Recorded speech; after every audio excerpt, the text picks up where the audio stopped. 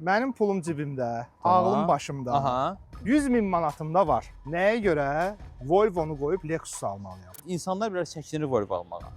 Gördüyün kimi satış saytlarında da çox azdır Volvo Ehtiyat səsi də XC90'lar. azdır. Mənə lazım deyil ki, hansısa marka adını mənə satsın. Yəni Volvo-nu qoyub Lexus-u almaq üçün bir səbəb yoxdur. Amma gəlin indi ölkədə avtomobillərin sayına baxaq. Tamam. Volvo-nun sayına baxaq, Lexus-un sayına baxaq.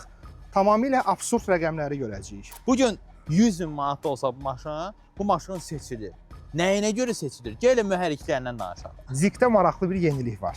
Deməli, Range Rover, BMW, Mercedes ən yeni gövdələr üçün Zik Top S020 seriyası artıq Azərbaycandadır. Bu avtomobilin ehtiyat hissəsi ucuz deyil. Nisbətən. Sadəcə olaraq üstəyə getmir. Bəhruz, Volvo sevgi avtomobilidir. Diplomat maşınıdır da. Bəli, sevgi avtomobilidir. Yəni onu sevib almalısan. Məndə olan məlumata görə Nurlan, bu mühərriklər yağ yeməyə meyllidir. Yağ azaldır. 300 at güclüdür, zəifdir mühərrik üçün bəlkə də. Amma maşın ləngər vurur, maşın ağırdır. Bax elə sənin 100.000 manatın var. Bu maşını alarsan, yoxsa yox. Nə dünyadan ədalət gözləmə, nə də ki elə bax bu videodan ədalət gözləməyin.